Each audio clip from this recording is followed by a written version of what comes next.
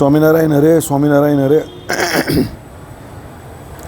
સત્સંગી જીવન પ્રકરણ 5 અધ્યાય 27 આ અધ્યાયમાં આપણે દંડ વિધિનું નિરૂપણ જે છે એ જોઈ રહ્યા છે.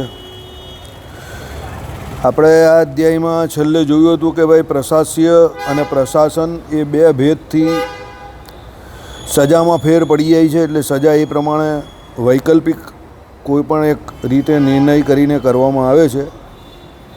તેમાં જે પ્રાણ વિયોજને રહિત ધર્મપ્રધાન પક્ષ છે તે બીજા થકી ઉત્તમ છે. આ સ્પષ્ટ ભાવ છે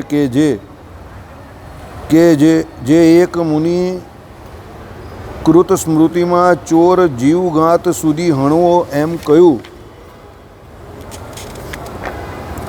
હોય તે જ સ્મૃતિમાં અન્યત્ર ચોરને પકડીને બંદીખાનામાં રાખવો એમ કહ્યું હોય. તેમાં જે સાત્વિક રાજા હોય તેને બંદીખાનામાં સ્થાપન રુચિકર થાય. રાજસ તામસ રાજાને ચોરનું હનન જ રુચિકર થાય. તેમાં પણ હનનની અપેક્ષાએ જીવતા જ તેનું કારાગૃહમાં જે સ્થાપન તે અહિંસા ધર્મગ્રંથ કરતાને અભિપ્રેત હોવાથી બલિષ્ઠ છે.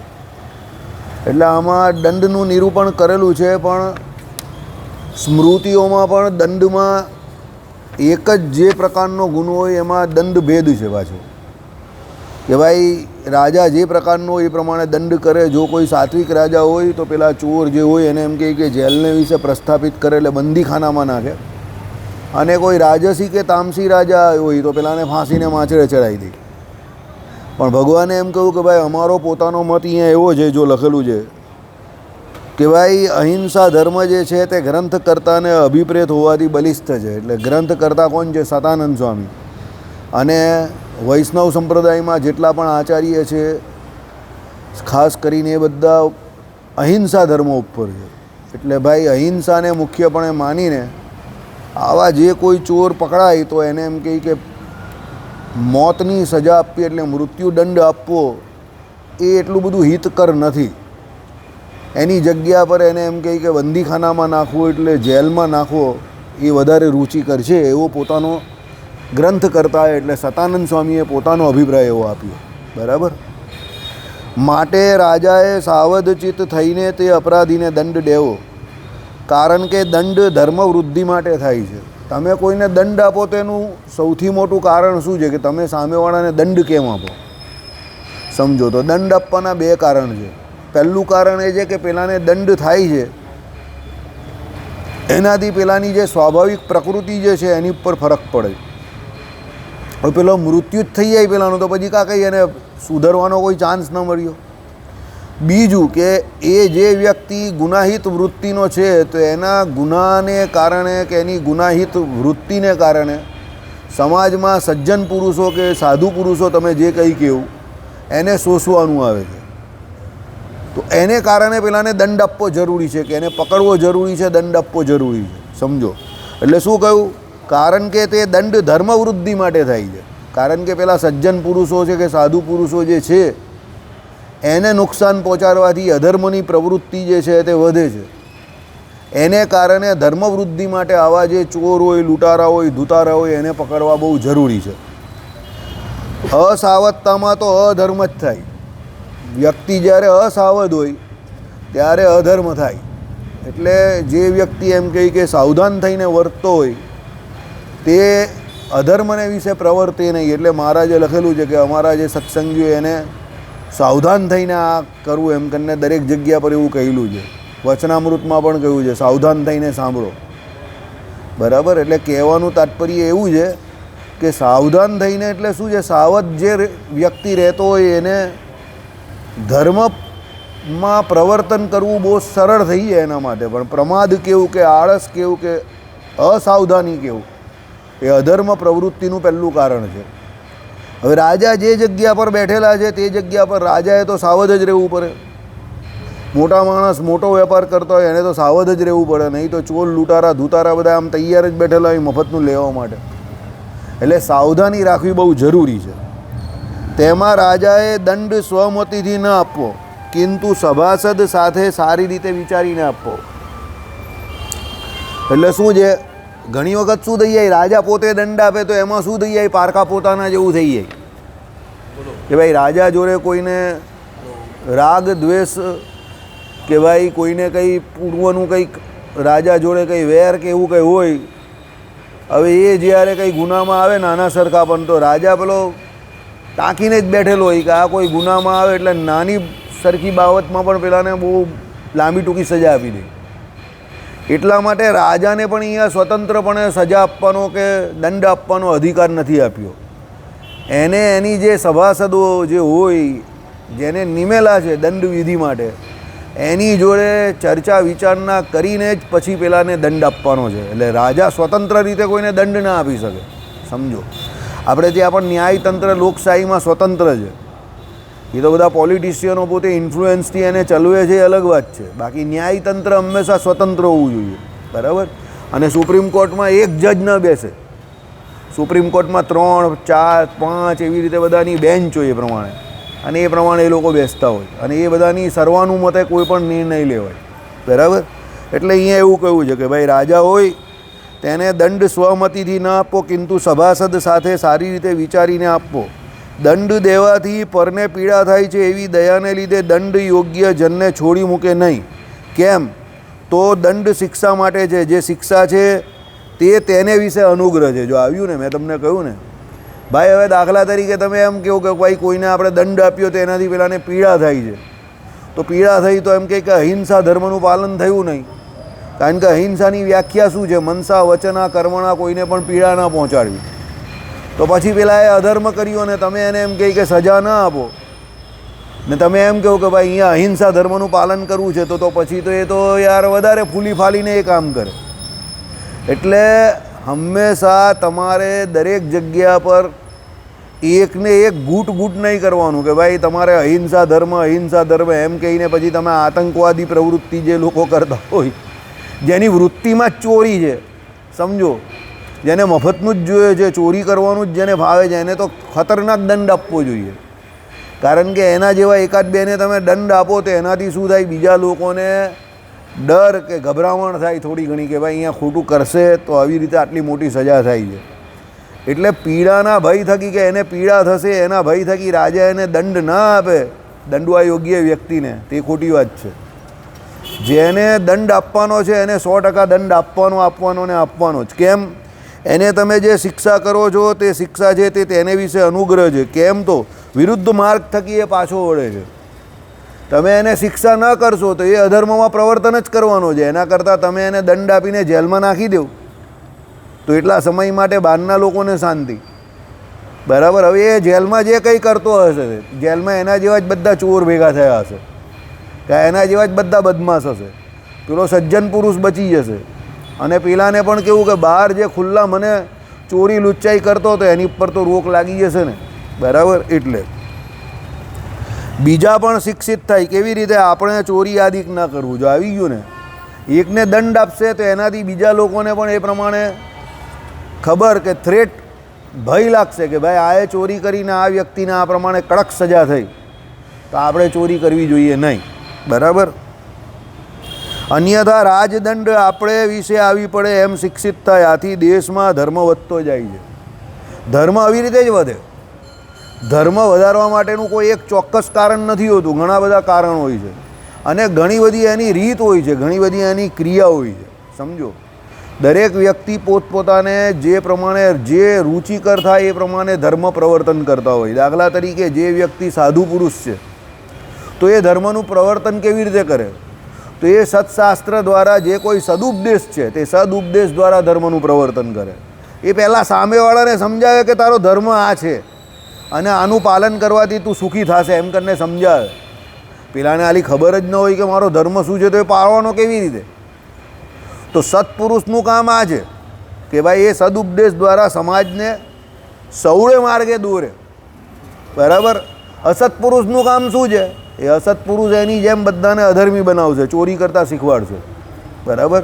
આગળ એક સ્વામી અહીંયા આવેલા ને તે મને કહેતા હતા કે ભાઈ આ મંદિરના તમારા એક ભાઈ જ એવા છે કે જે કોઈ નવા કોઠારી આવે ને એને ટીંચું ટાઈ કરતાં શીખવાડે છે, બરાબર. ટીંચું ટાઈ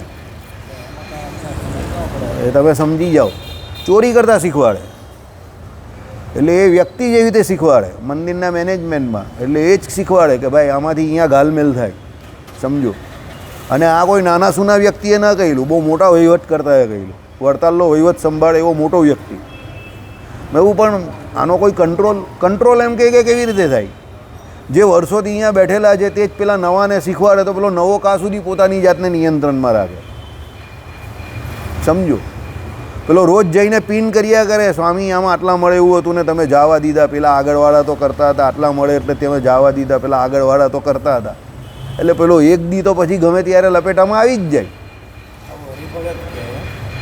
અહીંયા કામ કરતો માણસ પોણાતન ભગત, સમજો બરાબર. એટલે મેનેજમેન્ટનો જે માણસ હિસ્સો હોય એટલે એને મંદિરના મેનેજમેન્ટમાં રાખેલો હોય, એટલા માટે રાખેલો હોય કે મંદિરની જે કોઈ સંપત્તિ આવે એનો સદુપયોગ થાય.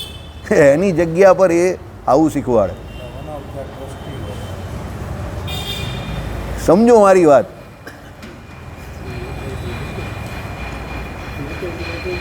હા, હવે લાઈન પકડી બરાબર. મંદનના માણસ જ શીખવાડે, સમજ્યા? કારણ કે એને ખબર હોય કે આ જગ્યા પર અહીંયા બધું થઈ શકે એવું છે, બરાબર. એટલે કહેવાનું તાત્પર્ય શું છે કે હવે દાખલા તરીકે કોઈ એવા એક વ્યક્તિને સજા થાય તો ખબર પડે, પણ હવે અહીંયા તો ચોર મસિયારા ભાઈ, બરાબર. સજા કોને કરે? કોઈ સાચો હોય તો કોઈને સજા કરે ને. બધાને જ ચોરી કરવી હોય તો પછી કોણ સાચો ને કોણ ખોટો? સમજી ગયા? એટલે આવી પરિસ્થિતિ થાય. આવી પરિસ્થિતિ ન થાય એના માટે તમારે પહેલેથી જાગ્રત રહેવું પડે.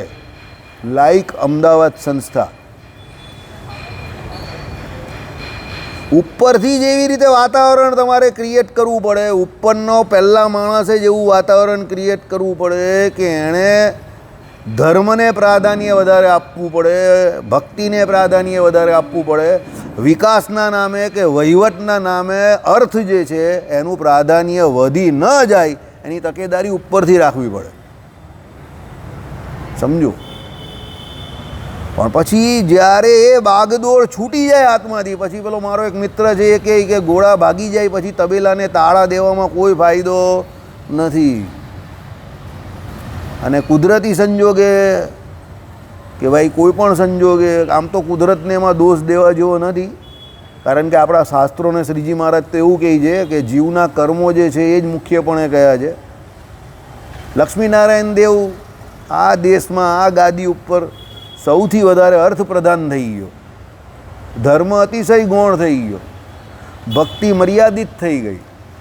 એને કારણે આ બધો જે વહીવટ જે છે તે અર્થપ્રધાન થઈને અર્થ ઉપર જ પૂર્ણ વિરામ થાય છે અને અર્થથી જ એની શરૂઆત થાય છે. અને ભાગ્યવશાત નરનારાયણ દેવમાં સારું છે, પૈસા તો ત્યાં પણ છે એવું નથી, રૂપિયા ત્યાં પણ આવે જ છે એવું નથી કે નથી આવતું, પણ ત્યાં હજુ પણ સચવાઈ રહેલું છે, અમુક સારા વ્યક્તિઓને કારણે સચવાઈ રહેલું છે. અહીંયા પણ પેલો સિદ્ધાંત લાગે છે, મેન બિહાઇન્ડ પ્રોડક્ટ. દરેક જગ્યા પર જીવના કર્મો જ જવાબદાર છે ને છે. મહારાજે ગોપાળાનંદ સ્વામીને કહ્યું એ પ્રમાણે કે તમ જેવા રૂડા સાધુ જ્યાં હોય ત્યાં ક્રિયા તો રૂડી જ શુભ જ થવાની. હરિભક્તોથી કંઈ નહીં થાય, હરિભક્તોથી કંઈ નહીં થાય. ત્યાં ઉપર મેઇન જે મૂળ છે એ બરાબર છે, સમજો? મેઇન મૂળ દરેક જગ્યા પર મેન બિહાઇન્ડ પ્રોડક્ટ જ હોય, એમનું વર્ચસ્વ એવું છે ને એમણે એવું રાખેલું છે, સમજો કે પ્રાઇવેટ ન થવા દેવાનું. હા, જવા દેવાને. હા, જાઓ. એટલે દંડ કરવો પડે તો બગાડ રોકાય. તમારા ઘરમાં એક દીકરો તમારો આડો ચાલતો હોય અને પછી તમે એને છાવર મારો દીકરો કરો તો આખું ઘર તમારું બગડશે પછી એ દીકરાને લઈને. પણ એ રીતે આપણી સંસ્થા કેવી ભંગાર કહેવાય કે એને સ્વીકારી લે. આપણે ત્યાં બધાને જ અર્થ જોઈએ છે ને, સમજો? આઈડિયા આવી ગયો ને? બધાને જ જોઈએ છે ને. એટલે જે એકાદ બે ભજન કરવાવાળા હોય એ હાલા ગાંડામાં ખપી જાય, ગુંડામાં ખપી જાય, વ્યવહારું નથી એમાં ખપી જાય, એ લડાઈ ખોરા છે એમાં ખપી જાય. અને સૌથી મહામૂર્ખમાં મૂર્ખ ઉપર લખેલું હોય એ કોણ ખબર? તો આપણા પોણાતોન ભક્તો. એ જઈને મમ્મદ સામી કરી આવે એટલે પછી એવું જ થાય ને. સમજી ગયા? હા, એટલે પ્રોબ્લેમ અહીંયા છે. આઈડિયા આવી ગયો ને તમને? બધા શબ્દો ડાયરેક્ટ ના બોલાય.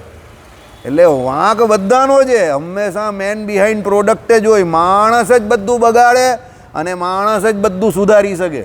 એમ કંઈ કાળનો કાળ અરે કાળ કંઈ કાળ તો સમય છે. એ તો ભૂતમાં જેવો હતો એવો વર્તમાનમાં છે ને એવો જ ભવિષ્યમાં આવશે. કાળ કંઈ જાતે કંઈ થોડો કંઈ કરવાનો છે, ત્યાં જ છે. તો પછી કાળ થોડો ફરી ગયો છે. મેન બિહાઇન્ડ પ્રોડક્ટ યાદ રાખવાનું, આ સિદ્ધાંત છે.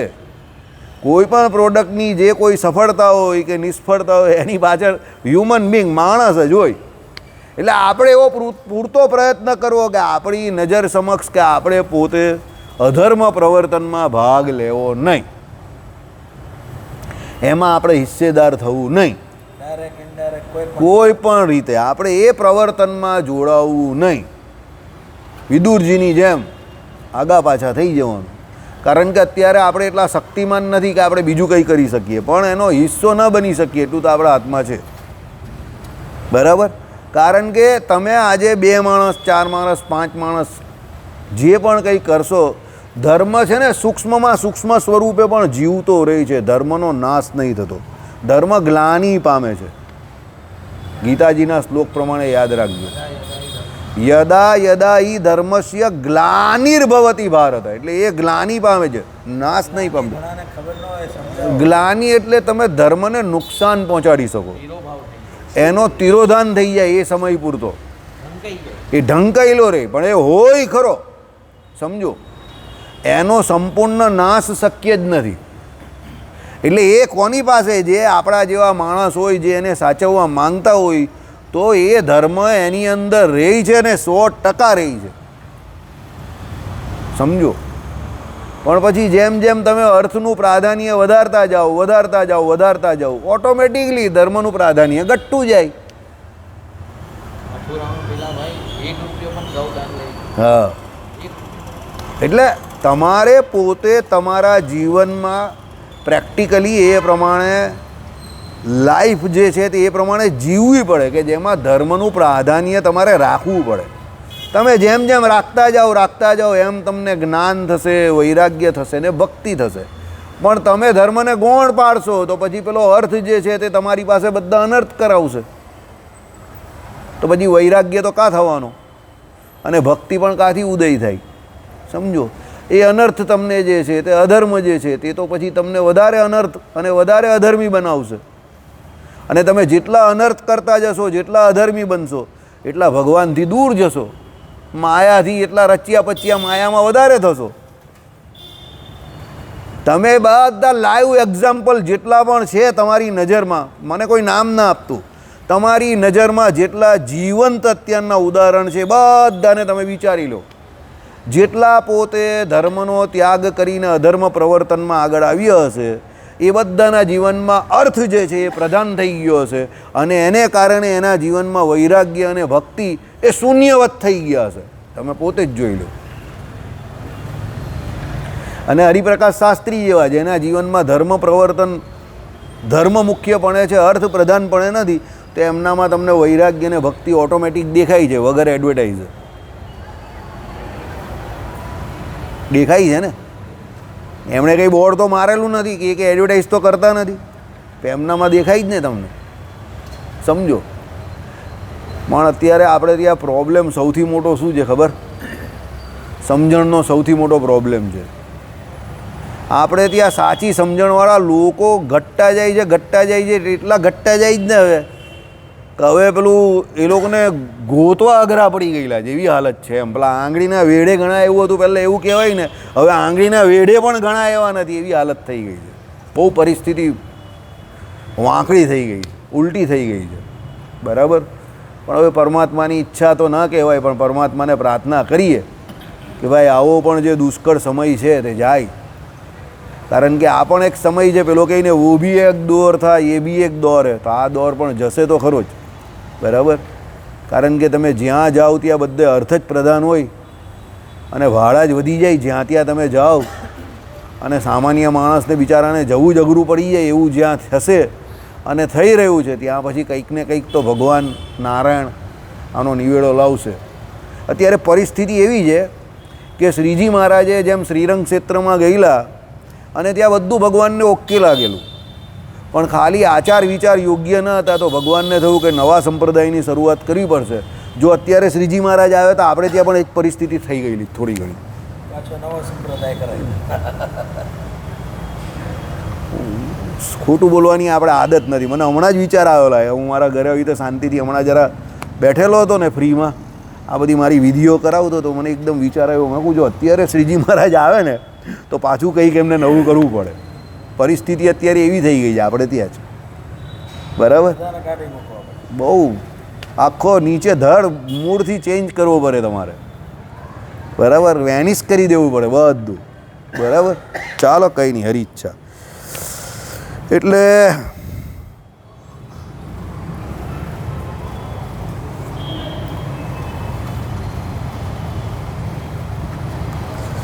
જે શિક્ષા છે, અનુગ્રહ છે, બીજા પણ શિક્ષિત થાય, આપણે ચોરી આદિ ન કરવું, અન્યથા રાજદંડ આવી પડશે એમ છે એથી થશે. હા, આ દંડ સાક્ષાત રુદ્ર એટલે ભગવાન શિવ ધર્મરક્ષણ માટે પૂર્વે સર્જ્યો છે. એમને સંહાર કરવા માટે એને પૂરેપૂરી સત્તા આપેલી છે અને એ દંડ કરે જ છે. દાખલા તરીકે દક્ષ પ્રજાપતિએ જે કૃત કરેલું તો એમણે પોતાની જટા દ્વારા વીરભદ્રને ઉત્પન્ન કર્યા અને દક્ષ પ્રજાપતિએ સહિત એમના યજ્ઞનો વિધ્વંસ કરી નાખ્યો અને એમના યજ્ઞમાં ભાગ લેનારા જે હતા એ બધાના પણ હાડકા પાંસરા તોડી નાખ્યા, જઈને તોડી ફોડી નાખ્યા બધાને. દંડનું પ્રતીક છે શિવજી. અને જે દંડ ધારણ કરે એનામાં ચોક્કસપણે થોડો ઘણો તમો ગુણ આવે ને આવે, સમજો. એટલે હવે એને દંડ આપવાનો છે તો એને તમો ગુણ ગ્રહણ કરવો પડે. દુર્વાસા ઋષિ તો મહારાજે શું કહ્યું છે કે ભાઈ બીજાને સુધારવા માટે દુર્વાસાએ તમો ગુણ સ્વીકારેલો છે. એનો મતલબ એવો નથી કે તમો ગુણી છે, સમજો. પણ એ તો આ બધા આડાવડા ચાલતા હોય તો એને સીધા કરવા માટે દંડ એમણે આપવો પડે, એટલે એ તમો ગુણને સ્વીકારીને બેઠા છે. એનો મતલબ એમનો અવગુણ નહીં લેવાનો કે તમો ગુણી છે, એમને કાર્ય એ કરવાનું છે. સત્સંગ જે છે ને બહુ પતલી દોરી પર છે. શાસ્ત્રોના વાક્ય જે છે ને બહુ થીન છે, બહુ પતલા છે, પારદર્શક છે પણ બહુ થીન છે, પતલા છે. એને સમજવા બહુ કઠણ છે, એટલા સરળ નથી. એ ઘણા કે શિવજી તો તમો ગુણના દેવતા, તમો ગુણના દેવતા. અરે તમો ગુણના દેવતા એનું કાર્ય એવું છે કે એને સ્વીકારવું પડે. તમારા ઘરમાં તમારા માતા પિતા હોય અને કોઈ છોકરો પહેલી વખત સિગરેટ પીને આવતો હોય અને પછી એને પંપાડીને કહે તો એ સિગરેટ છોડવાનો છે? એને ત્યારે પંપાડીને કહેવાય? એને પંપાડીને ન કહેવાય. ત્યારે ઓટોમેટિક પેલા માતા પિતા હોય એનામાં તમો ગુણ આવે જ, અને ગુસ્સો આવે ને ક્રોધ આવે, અને એ ક્રોધ ત્યાં જરૂરી છે. કેમ? પેલાને સુધારવા માટે. એમ શિવજીનું કામ એવું છે કે એમને જે કંઈ ક્રિયા કરવાની છે સંહાર લીલા, એના માટે તમો ગુણ જરૂરી છે, એટલે એમણે તમો ગુણ સ્વીકારેલો છે, સમજો, બરાબર. એટલે એમનો કંઈ અવગુણ લેવાની જરૂર નથી. તમારે જે કામ કરવું હોય તો એ કાર્યના જે કોઈ નિમિત્ત રૂપ તમારામાં જે ગુણ જોઈએ એનું દર્શન તમારામાં થવું જોઈએ, સમજો. કોઈ ફિલ્મ હોય એને વિશે તમારે કોઈ ભૂખા નંગા આદિવાસીનો રોલ કરવાનો છે તો એમાં અમે બે ભાઈ ચાલીએ? હવે અટ્ટા કટ્ટા ન ચાલીએ. મેસ લગાડીને જઈએ તો પણ ન ચાલીએ. 6 મહિના સુધી ડાયટિંગ કરવું પડે અને શૂટિંગના અઠવાડિયા પહેલાં નાહવા ધોવાનું વ્યવસ્થિત બંધ કરવું પડે, તો અમે બંને કદાચ થોડા ઘણા આદિવાસી લાગીએ. કેમ? એને અનુરૂપ, એ પાત્રને અનુરૂપ, એ પાત્રને ન્યાય આપવા માટે એવા તમે કંઈક લાગવા તો જોઈએ ને. હવે એ લાગવા માટે અમારે તમોગુણી બનવું પડે ને, સમજો, બતાવવા માટે. કારણ કે અમારે એવો અભિનય કરવાનો છે તો તમોગુણ થોડોક અમારામાં દેખાવો તો જોઈએ ને, સમજો.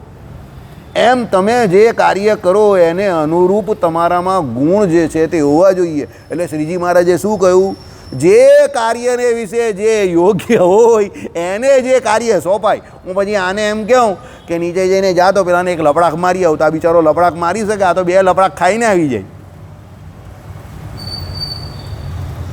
સમજો?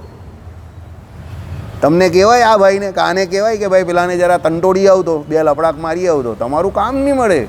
એ આને સુનિલને મોકલવા પડે. એ લોકો એને લપડાક બી મારી આવે ને સીધો બી કરી આવે. કેમ? એ ગુણ એમનામાં રહેલો છે અને એ બતાવી શકે છે, એ બરાબર છે એ સમયે. કેમ? પેલાને સીધો કરવાનો છે. પછી તે સમયે તમારી સીધાગીરી ન ચાલે કે ભાઈ હું બહુ સીધો, હું બહુ સાત્વિક. અરે એ જગ્યા પર એ ન હાલે ભાઈ.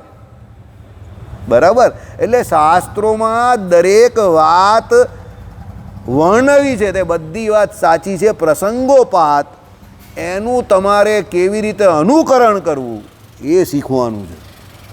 બધું જ સાચું છે, ખોટું કંઈ નથી. બરાબર? ચાલો.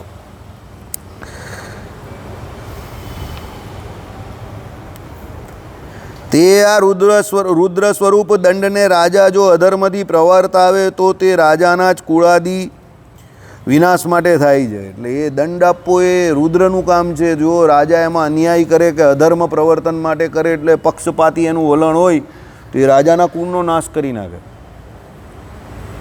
એટલે ન્યાયથી, ધર્મથી એણે કામ કરવાનું છે. અને જો તે દંડ ધર્મથી પણ કામ ક્રોધાદિકથી નહીં, પ્રજા શિક્ષાર્થે એટલે આ ચોરાદી શિક્ષિત થાય અને પ્રજાઓ શિક્ષિત થાય એવી દ્રષ્ટિથી પણ આ નિગ્રહ કરવા યોગ્ય જ છે. એવી કેવળ નિગ્રહ દ્રષ્ટિથી જ શુભ રીતે પ્રયોજ્ય હોય તો આ ધાર્મિક ભૂપતિનું રાજ્ય વેર વર્જિત વિવૃદ્ધિ પામે છે. રાજા પછી જેને દંડ આપવાનો હોય એને સજા આપે તો પછી એ પ્રમાણે એ રાજાનું અને એ રાજ્યનું સારું જ થાય છે. સમજો? દાખલા તરીકે આપણે એમ કહીએ કે ભાઈ અહિંસા પરમો ધર્મ, તો યમરાજનું કામ શું છે? યમરાજનું કામ શું છે? ધર્મરાજાનું હે લોકોના પ્રાણ લેવાનું, લોકોને સજા આપવાનું કામ છે ને, નરકોમાં નાખે ને આ બધું એમનું કામ છે. બરાબર? તો એ કેટલા બધા લોકોને કેટલી બધી પીડા પહોંચાડે, તો એ પછી એમને એનું કરવાનું ફળ ભોગવવું પડે કે ના ભોગવવું પડે? ના ભાઈ, એ એમનું જોબ છે, એ એમનું એક કામ છે, એ એમનો ડિપાર્ટમેન્ટ છે. સમજો? એટલે જે પાપને વિશે પ્રવર્તતા જીવ હોય, જે અધર્મી હોય, એને નર્કમાં નાખવાના કેટેગરાઇઝ કરીને કે ભાઈ આને આ 28 પ્રકારના નર્ક છે, એમાંથી આને કઈ જગ્યાએ કુંભી પાકમાં નાખવો કે પછી પેલા આમાં નાખવો, તૃપ્તને આને તેને બધા 28 પ્રકારના લખેલા છે વર્ણન, આપણે આગળ ચલવેલા છે. તો એને એ પછી મોડિફાઈડ કરીને નાખે અને સજા આપે એના માણસો જે હોય, કિંકરો પેલા. બરાબર? તો પછી શું યમરાજને કોણ સજા કરે? એ બીજાને સજા કરે તો તમે એમ કેવું ને? અરે ના ભાઈ, એ તો એમનું કામ છે, એનો જોબ છે. કડકાઈથી અધર્મી વ્યક્તિઓને નરકોમાં પહોંચાડવાના એ એમનું કામ છે. તેમાં એમને કંઈ દોષ નથી લાગતો. બરાબર? પણ જો ભૂલમાં પેલા અજામિલ જેવું કંઈ ભૂલ કરી નાખે એના કિંકરો, તો એને પણ ફટકા પડે. પછી ભગવાનના ભક્તને પીડા પહોંચાડવા જાય તો એ લોકો પણ લપેટામાં આવી જાય. પણ એ એનું કામ નહીં છોડી શકતા. સમજો? એટલે ભગવાને શિક્ષાપત્રીમાં લખ્યું છે કે તમને તમારો ધર્મ ગમે એટલો કઠણ કે અઘરો લાગે તો પણ સ્વધર્મનું પાલન કરવું, સ્વધર્મને વિશે પ્રવર્તવું, અને પરધર્મ તમને ગમે એટલો રૂડો કે વહાલો લાગે પણ એમાં વર્તવાનું નથી, કારણ કે એ તમારા માટે પાપાચાર છે. એટલે આપણે આપણો ધર્મ જે છે વર્ણ અને આશ્રમ પ્રમાણે એને વિશે જ પ્રવૃત્ત થવાનું છે. એ ભલે તમને ગમે કે ન ગમે. અહીંયા લાઇક ડિસલાઇક નથી ચાલતી. લાઇક ડિસલાઇક એટલે ગમવું અને ન ગમવું એવી તમને કોઈ પસંદગી ચોઈસ આપવામાં નથી આવતી. તમારા કર્મોને અનુસારે તમને વર્ણ અને આશ્રમ બંને મળી ગયા છે. હવે એમાં જે તમારો સ્વધર્મ થતો હોય એનું પાલન તમારે કરવાનું જ છે. સામાન્ય ધર્મનું પાલન તો બધાએ કરવાનું છે, પણ વિશિષ્ટ ધર્મનું પાલન જે આવે ત્યાં વર્ણ અને આશ્રમ બંને જોવાના છે. પછી તમે એમ કહો કે ના આની જગ્યા પર આના ધર્મો સારા છે, આની જગ્યા પર હું આમ હોત તો વધારે સારું, પણ હવે એ તારા પૂર્વના કર્મને હિસાબે જ તો અત્યારે જ્યાં છે ત્યાં છે. અને જ્યાં છે ત્યાં કોઈ પણ પ્રકારના રિગ્રેટ્સ કે અફસોસ કરવાની કોઈ જરૂર નથી. સમજજો? આપણે છે ને બધા રિગ્રેટ્સ બહુ રાખીએ, અફસોસ બહુ કરીએ. અરે થોડા ઘણા વધારે માર્ક્સ આવી ગયા હતે તો અહીંયા એડમિશન થઈ ગયું હતે તો લાઈફ બની ગઈ હતી. લાઈફ તારી જ્યાં બનવાની હશે ત્યાં બનવાની જ છે, એમાં અફસોસ નહીં કરવાનો. સમજો બરાબર? એટલે આપણા શાસ્ત્રો રામાયણમાં 2 ચોપાઈ આડી આવે છે તુલસીદાસજીની જ. એક ચોપાઈમાં કર્મનું પ્રાધાન્ય કહ્યું છે અને એક ચોપાઈમાં પ્રારબ્ધનું પ્રાધાન્ય કહ્યું છે. હવે કોઈ વાંચવા બેસે તો એમ કે આ તુલસીદાસજીનું મગજ ફરી ગયું છે, એક જગ્યા પર પ્રારબ્ધ આનું કહે છે ને એક જગ્યા પર આનું કહે છે. પણ જે સારા કુશળ વક્તા હોય એને સમજ પડી જાય. તો એનો અર્થઘટન એવી રીતે કરવાનું છે કે કર્મનું પ્રાધાન્ય એટલે તમે તમારું કર્મ જે છે એ ઓનેસ્ટીથી પ્રામાણિકતાથી કરો. એનું ફળ તમને મળી ગયું તો વેરી ગુડ, ને ફળ ન મળે તો નિરાશ થવાની જરૂર નથી. ત્યાં તમારે પેલું પ્રારબ્ધનું પ્રાધાન્ય લેવાનું છે કે તમારું અહીંયા પ્રારબ્ધ ન હતું. સમજો દાખલા તરીકે આ મૂર્તિએ જીવનમાં એવા બીજા ઘણા પ્રયત્ન કર્યા, ઘણું બધું કરવાના, પણ એવી સફળતા ન મળી જેવી સફળતા અહીંયા મળી. બરાબર? તો પછી વડીલોને પૂછ્યું કે ભાઈ આવું કેમ છે? અહીંયા જે ધારેલું થઈ જાય ન ધારેલું પણ થઈ જાય છે અને પેલી બાજુ થવામાં બહુ મુશ્કેલી પડે છે, થાય છે પણ બહુ ધીમે ધીમે થાય, એવું કેમ? તે કંઈ નિયતિ એવી ભગવાને બધાની ઘડેલી હોય, પ્રારબ્ધ એવું હોય, પૂર્વના કર્મ એવા હોય કે અહીંયા તમને તરત સફળતા મળી જાય, બીજે ન મળે. સમજો, સામે જે બોર્ડ તમે બધા વાંચો છો, બરાબર, ઘણાને વાંચવામાં તકલીફ પડે છે, ઘણાને શબ્દ ઉકેલાતા નથી, ઘણાને સમજવામાં તકલીફ પડે છે અને ઘણાને નથી તકલીફ પડતી. તો એનું કારણ શું? પૂર્વકૃત કર્મ. સમજ પડી? એટલે તમારી જ્યાં નિયતિ છે, તમે જે જગ્યા પર પૂર્વે કર્મ કરેલા છે એ તમારું પ્રારબ્ધ કર્મ છે, એને કારણે તમને અત્યારે ત્યાં જલ્દી સફળતા મળે છે. અને જે જગ્યા પર તમે જે ક્ષેત્રમાં પૂર્વે કર્મ નથી કરેલા ત્યાં તમે અત્યારે ક્રિયામાન કરો છો તો એ તમારું ભવિષ્યનું પ્રારબ્ધ બનશે. પણ ત્યાં અત્યારે ભલે તમને સફળતા નહીં મળી પણ એમાં અફસોસ કરવાની કોઈ જરૂર નથી. બરાબર? આપણે આપણું કામ કર્યા કરવું જોઈએ. ચોથું પ્રકરણ ચલાવવું છે કે નથી ચલાવવું? અદ્વૈતવાળું તમારા લોકોની કોઈ? હા, પણ અહીંયા એક લાઇનથી કઈ રીતે ચાલ્યો? કોઈ આવતું જ નથી 7:30. મેં જોયું આજે હું ચલાવવાનો હતો પણ કોઈને કંઈ રસ નહીં લાગ્યો, તો મને કંઈ રસ નથી. મારે કોઈ બાયરી છોકરા નથી કે મને કંઈ ચલાવીને કંઈ એવો ઢંઢેરો નહીં પીટવાનો કે બધાને શીખવાડી દેવું, બધાને આવડી ગયું. તમને શીખવું હોય તો શીખો, નહીં શીખવું હોય તો જય સ્વામિનારાયણ, આઈ ડોન્ટ માઇન્ડ. બરાબર?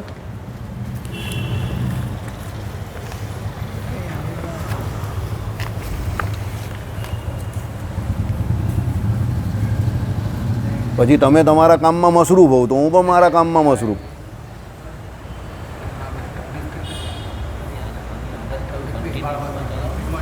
કયું? આમાં આ લોકોને આ પેલું ચલાવવું જ ને, સામે ચાલે જ ને અદ્વૈત વેદાંત. તે ના ચલવી નાખીએ, ચાલો થોડું થોડું એ પણ. હવે પણ આમાં તો સામે લખી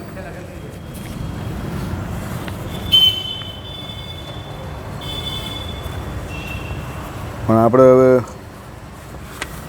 આપણું વેદાંત બરાબર આ લોકો જાણે ને તોય બહુ નહીં પણ એમાં શું છે, અદ્વૈતની વાત એવું નથી. આ સામે જે બોર્ડમાં લખે છે ને સમજ જ નહીં પડતી. એ તો હવે એ કક્ષા હજી નથી એટલે ના નથી, એ વાત સાચી છે. પણ આપણે આપણો પ્રયત્ન કરવો જોઈએ.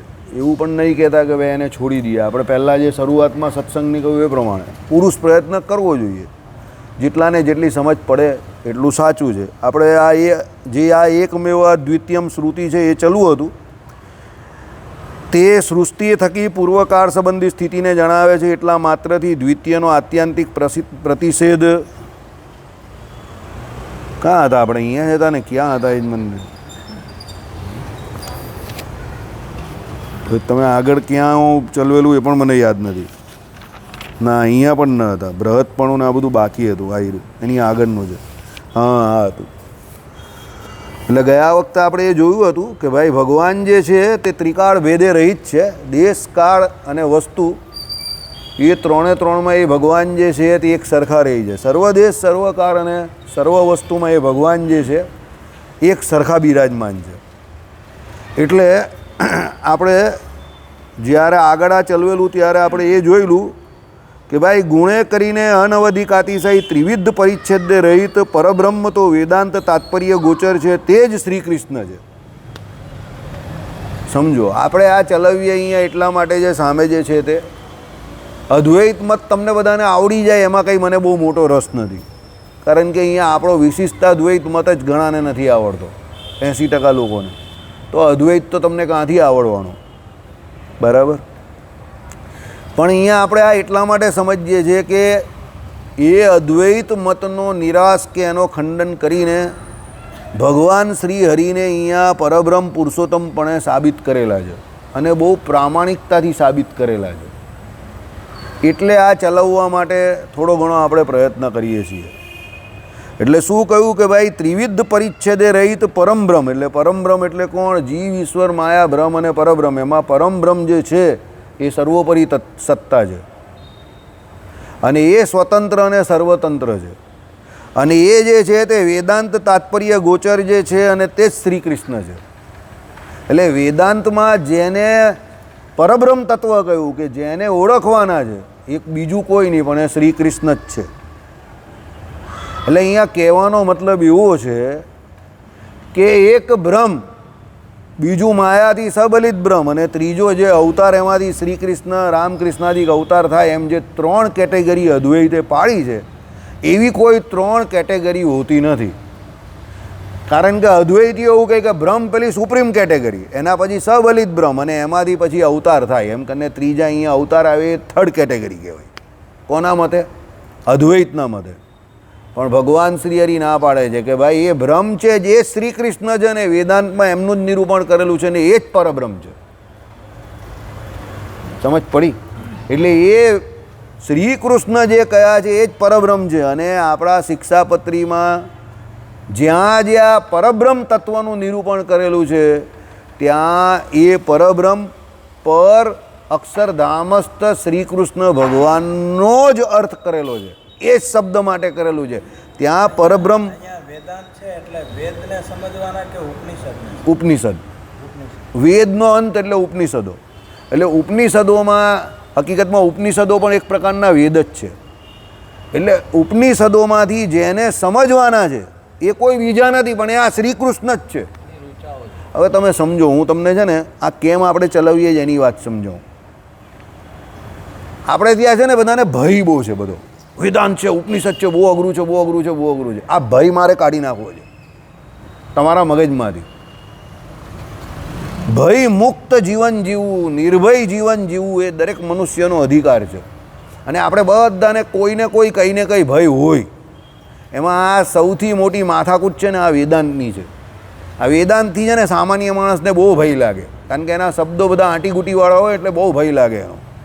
એટલે એને સર્વસામાન્ય માણસ માટે સામાન્યમાં સામાન્ય ભાષામાં એનું કેવી રીતે નિરૂપણ થાય એટલે આપણે આ પ્રયત્ન કરી રહેલા છે.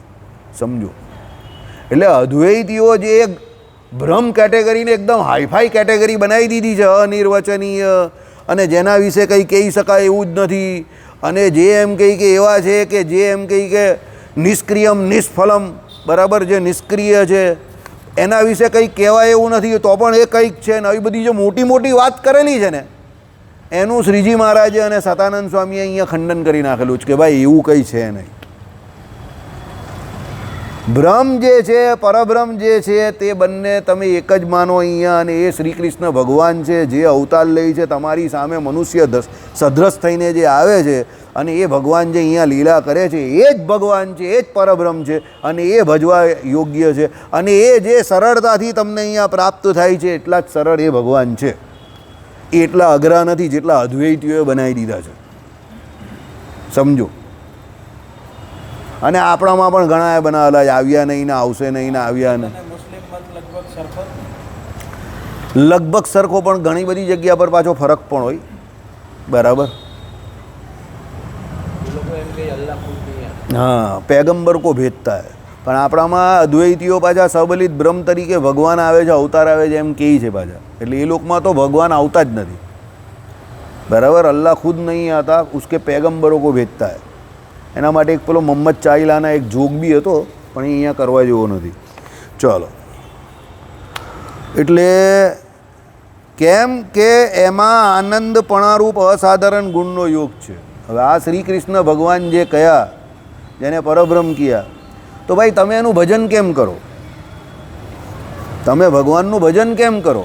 તમે એને ભગવાન કેમ માનો કે તમે એનું ભજન કેમ કરો? તો આ કારણથી કે ભાઈ એ શ્રી કૃષ્ણ છે, એમાં આનંદ નામનો સૌથી મોટો ગુણ રહેલો છે. તમે કોઈપણ રીતે કોઈપણ જગ્યા પર સંપૂર્ણપણે સુખી હોવ તો તમે બીજું કંઈ કરવા જવાના નથી. તમે કહો કે અહીંયા મોજ છે, મને લાઈક મી, મને ઘણા લોકો કે તમે વડતાલ નહીં જતા, તમે અમદાવાદ નહીં જતા, તમે આમ નહીં કરતા, તમે કેમ? એટલે હું એ લોકોને કહું ભાઈ મને એવું કંઈ ઈચ્છા નહીં થતી. એટલે કે મેં કહું હું જ્યાં છું ત્યાં જ મને બહુ સુખ લાગે છે. સમજો, મને અહીંયા બહુ પૂર્ણતાનો અનુભવ થાય છે. ઉલટાનું કશે બીજે જવાનું હોય તો મને બહુ મગજમારી ઊભી થઈ જાય બધી. એટલે મને અહીંયા બહુ પૂર્ણતાનો અનુભવ થાય છે, એટલે હું અહીંયાથી જતો નથી કશે. પણ હું એનો વિરોધ નહીં કરતો છે કે જાય છે, જે જાય છે એને ત્યાં સારું લાગતું હશે તે લોકો ત્યાં જાય છે, એને આનંદની અનુભૂતિ એમાં થાય છે તો એ ત્યાં જાય. મને અહીંયા થાય છે તો હું અહીંયા કરું. એમ જીવ માટે સૌથી વધારે આનંદમય કોઈ તત્વ હોય તો એ પરમાત્મા છે. એટલે એનું ભજન કરે, કાં એને એટલે એનું ભજન કરવું જોઈએ એવું કહેવા માંગે છે અહીંયા. જીવ પોતે જ્યાં સુધી પોતાનામાં રમણ કરે ત્યાં સુધી પણ એને સુખ આવવાનું જ છે, પણ એના પોતાના સુખ કરતાં વધારે સુખ એને ભગવાનમાં આવે એવું છે. એટલે અહીંયા શું કહ્યું કે ભાઈ એ શ્રી કૃષ્ણ જે છે તે કેવા છે તો આનંદપણારૂપ અસાધારણ ગુણનો યોગ છે. આ ઉપરથી ભ્રમ તો આનંદ માત્ર છે પણ આનંદી નથી એવા વાદનું ખંડન થઈ ગયું. હવે અહીંયા ખંડન કેવી રીતે કર્યું એ તમે સમજો. અદ્વૈતીઓનું ભ્રમ જે છે તે આનંદ માત્ર છે, એટલે ભ્રમ આનંદ, ભ્રમ એટલે આનંદ, આનંદ એટલે ભ્રમ, આવું અદ્વૈતીઓ માને છે. એટલે સ્વરૂપે કરીને એ આનંદ છે એવું કહે છે. એ લોકોમાં અદ્વૈતીઓના મતે સત, ચિત અને આનંદ, એમાં આનંદ શબ્દ જે વપરાયો છે તે આનંદ સ્વરૂપને લીધે વપરાયો છે. પણ આપણે એવું કહીએ છીએ કે આનંદ જે છે તે પરમાત્માનું સ્વરૂપ તો છે જ, પણ એની જોડે આનંદ નામનો ગુણ પણ એ ભગવાનમાં રહ્યો છે. કેવી રીતે? તો પેલા દીવાની જેમ. દાખલા તરીકે તમે દીવો પ્રગટાવ્યો એક અંધારા રૂમમાં, તો એ દીવાએ કરીને તમે શું પહેલાં કર્યું કે ભાઈ આખા રૂમમાં પ્રકાશ થઈ ગયો, તો એ દીવાના પ્રકાશથી તમને આખા રૂમની બધી વસ્તુ દેખાવા માંડી. એ શું છે? એ દીવામાં પ્રકાશ નામનો ગુણ રહેલો છે એને કારણે. અને એ દીવો પોતે પ્રકાશ સ્વરૂપ એટલે તેજ સ્વરૂપ છે. એટલે એ દીવો પોતાનું દર્શન જે કરાવે છે એના માટે તમારે કોઈ બીજા દીવાની જરૂર પડતી નથી, કારણ કે એ તેજ સ્વરૂપ છે. એમ પરમાત્મા પોતે આનંદ સ્વરૂપ છે અને આનંદ નામનો ગુણ પણ એ પરમાત્માને આધારે રહેલો છે. એટલે એ પરમાત્મા પોતે તો આનંદ સ્વરૂપ છે જ, પણ એ પરમાત્માનો જે સંગ કરે એ બધાને પણ એ આનંદ આપે. પેલા દીવા જેવું કે એ દીવો તમે એમને એમ નહીં પ્રગટાવ્યો, એ દીવાને જોવા માટે તમે દીવો નહીં પ્રગટાવ્યો. અદ્વૈતીઓનું ભ્રમ કેવું છે કે એ દીવો જે છે તે દીવો ખાલી પોતે પોતાના પ્રકાશે કરીને શોભાયમાન, બસ. આ અદ્વૈતીઓનું ભ્રમ. પણ આપણે શું કહીએ, ના, એની અંદર આનંદ નામનો ગુણ બહુ મોટો રહેલો છે, જેને કરીને એના સહવાસમાં જે કોઈ આવે એ બધાને પણ આનંદ મળે. સમજો, તમારામાં ઘણા લોકો એવા હશે કે જેને ઘણા બધા લોકો મળવા આવતા હશે, જેને મળીને લોકો ખુશ થઈ જતા હશે, અને ઘણા તમારામાં એવા પણ હશે કે જેને જોઈને લોકો ભાગી જતા હશે. સવારે મળે, હવે અમારા ઘરની સામે જે ફેમિલી હતું, આખું બિઝનેસ ફેમિલી, તો અમારા ઘરના માણસો જાય ને એનું એ લોકોએ પૃથક્કરણ કરેલું કે આ માણસ આવ્યો તો ધંધા પર પહેલાં ચાલ્યા જવાનું, ધંધો બહુ જોરદાર ચાલે, પણ આ માણસ આવ્યો તો અંદર ચાલ્યા જવાનું. હવે અમારા જ ઘરના માણસો હતા, પણ એને જોઈને એ લોકોએ એવું પૃથક્કરણ કરેલું કે તમારા ઘરમાંથી જો આ માણસ આવ્યો તો ધંધે નહીં જવાનું, અંદર ચાલ્યા જવાનું, પણ આ માણસ આવ્યો તો સીધા નીકળી જવાનું, ધંધો બહુ જોરમાં ચાલે. હવે એમાં મારા બાપાને એ લોકો અહીંયાથી મંદિરથી ઘરે જઈને એ લોકો જો એટલે રણજીતભાઈ હોય એટલે પેલો 9 વાગે દુકાને ચાલ્યો જાય સીધો એને જોઈને, તેનો ધંધો બહુ જોરદાર ચાલે. પણ અમારા જ ઘરના બીજા અમુક માણસ હતા ડાઉપેચવાળા, તો એને જોઈ તો પેલો અંદર ચાલ્યો જાય કે આ તો ડાઉપેચવાળો માણસ છે, ભાગ અંદર, ધંધો નહીં ચાલશે. સમજો, હવે એ લોકોનું તાત્પર્ય છે, ઇન્ડિવિજ્યુઅલ છે, એની જોડે આપણે જૂના ઘરે જૂના ઘરે.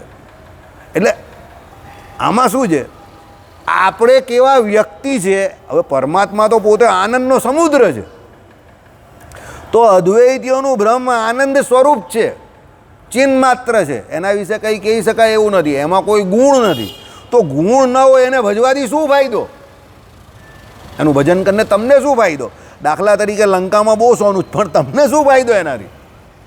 એટલે શ્રીજી મહારાજ એવું કહે છે કે ભાઈ આ શ્રી કૃષ્ણ જે છે એમનામાં આનંદ નામનો ગુણ પણ રહેલો છે, એટલે તમે એનું ભજન કરશો તો તમને પણ આનંદ આવશે. લાઈક પેલો દીવો, કે એ દીવો ફક્ત પોતાને પ્રકાશમાન થવા માટે નહીં પ્રગટ્યો, પણ એના દ્વારા રૂમની બીજી વસ્તુઓ પણ તમને દેખાય છે, બીજી વસ્તુઓને પણ એ પ્રકાશમાન કરે છે. એટલે એ દીવામાં એવો ગુણ રહેલો જ ને. કયો ગુણ? આખા રૂમને પ્રકાશમાન કરવાનો. એમ પરમાત્મામાં આનંદ નામનો એવો મોટો ગુણ રહેલો છે કે એ ભગવાનનું જે ભજન કરે એ બધાને આનંદ નામનો ગુણ મળે. દાખલા તરીકે 11સમાં રાત્રે તમે જોરમાં બધા ભૂખા પેટે ભજન કરતા હોય અને ધૂન જોરદાર જામે તો તમને કેવી આનંદ આવી જાય છે. પેટમાં તો કંઈ નહીં હોય તો પણ આનંદ આવી જાય ભગવાનના ભજને કરીને. અહીંયા ભગવાનની મૂર્તિના દર્શન તમને જોરદાર થયા હોય ને તમે આમ જોયા જ કરો તો અંદરથી નીકળે, બેઠ મેરે પાસ તુજે દેખતા રહું, તું કુછ કહે ના મેં કુછ કહું. હવે એમાં કંઈ ભગવાન પાસે લેવા દેવા કંઈ નથી તમને, પણ તમે આમ ઘનશ્યામ મહારાજ પાસે ઊભા રહી જાઓ ને આમ તમારી નજર ચોંટી જાય તો તમને કેવી મજા આવી જાય. એ આનંદ જે છે તે કેમ છે?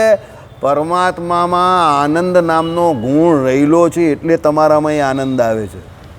જો ભગવાનમાં આનંદ નામનો ગુણ હોય જ નહીં તો તમારામાં આવે કેવી રીતે? સમજી ગયા?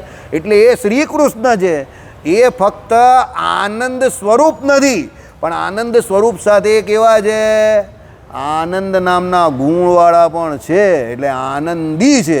અને એ આનંદી છે એનું ભજન કરવાથી તો જ તમને પણ આનંદ આવે છે. આ આપણું વિશિષ્ટાદ્વૈત વેદાંત છે. કયા ભેદ છે? પહેલો ભેદ કયો છે? સજાતીય ભેદ, વિજાતીય ભેદ અને સ્વગત ભેદ. તો આપણા વિશિષ્ટાદ્વૈત વેદાંતિઓ બ્રહ્મને શું કહે છે? સજાતીય ભેદે રહિત, વિજાતીય ભેદે રહિત, પણ સ્વગત ભેદ છે. સજાતીય ભેદે રહિત એટલે શું? કે ભાઈ ચેતનોમાં ભગવાન જેવું બીજું કોઈ નથી. એટલે આપણા જીવાત્મા આટલા બધા છે, એમાં કોઈ ભગવાન જેવો છે? કોઈ નથી. એટલે એને સજાતીય ભેદ કહેવાય, ભેદે રહિત કયો. સજાતીય ભેદ ને પછી ભેદે રહિત કઈ રીતે? સજાતીય ભેદે રહિત એટલા માટે કહ્યું કે ભાઈ આપણે બધા ચેતનો છે ને એમાં પરમાત્મા પણ ચેતન છે, પણ આપણો જે ચેતન વર્ગનો ભેદ જે કયો એ ભેદે પરમાત્મા રહિત છે. એટલે આપણા જેવા ચેતન નથી એમ સમજો. ચેતન છે પણ આપણા જેવા ચેતન નથી, એટલે સજાતીય ભેદે રહિત કયા. બીજા માયા, તો માયામાં બધું આવે છે પણ ભગવાનને વિજાતીય ભેદે પણ રહિત કહે. એટલે ભગવાન માયા જેવા પણ નથી, તે તો નથી જ. આપણે નથી તો ભગવાન ક્યાંથી હોય? એટલે એમાં તો કોઈને કંઈ ઝઘડો હોય નહીં. પણ ભગવાનમાં સ્વગત ભેદ છે. સ્વ એટલે ભગવાન પોતે સ્વરૂપ, અને પછી ભગવાનમાં રહેલા ગુણો એટલે સ્વગત એટલે પોતાના ગુણો. તો એ ભગવાન ગુણી અને એમનામાં રહેલા ગુણો એટલે ગુણીને લઈને એ પરમાત્મામાં અનંત કલ્યાણકારી ગુણ રહેલા છે. એટલે કેવી વાત છે કે ભાઈ જે કોઈ વ્યક્તિ હોય એની ઓળખાણ એના ગુણ દ્વારા થાય, પણ વસ્તુતા એ વ્યક્તિ અને એ ગુણ બંને અલગ અલગ છે. પણ એ ગુણ જે છે તે પેલા ગુણીને આશરીને રહેલા છે. એટલે ભગવાન જે છે તેમને પોતે સ્વ એટલે પોતે અને પોતાના ગુણો એ બંને અલગ અલગ છે, પણ એ ગુણો એ ભગવાનનું અપૃથક સિદ્ધ વિશેષણ છે, જેના દ્વારા એ ભગવાનની ઓળખાણ થાય છે. એ ભગવાનથી કદાપી ન છૂટા પડે, જુદા પડે એવા ગુણ છે. અને એને લઈને જે ભગવાનને ભજવાની પેલા ભક્તને ઈચ્છા થાય છે એવા અનંત કલ્યાણકારી ગુણો એ ભગવાનમાં રહેલા છે. પણ ભગવાન પોતે ગુણ નથી, સમજજો. ભગવાન પોતે ગુણ નથી. આનંદ ભગવાન પોતે નહીં, આનંદી છે, કારણ કે એ ગુણ એમનામાં આનંદ નામનો રહ્યો છે. એટલે આ પ્રમાણે સ્વગત ભેદ ભગવાનમાં છે. આવું વિશિષ્ટાદ્વૈત વેદાંત માને છે. આવો નિત્યાનંદ સ્વામીનો કયો ગ્રંથ છે? હરિદિગ્વિજય નામનો ગ્રંથ છે, જેના 9મા ઉલ્લાસમાં નિત્યાનંદ સ્વામીએ આનું નિરૂપણ કરેલું છે. અનફોર્ચ્યુનેટલી એ જ્યારે ચાલેલું ત્યારે સાહેબ અમેરિકા ગયા હતા. શ્રીપતિમ શ્રીધરમ સર્વદેવેશ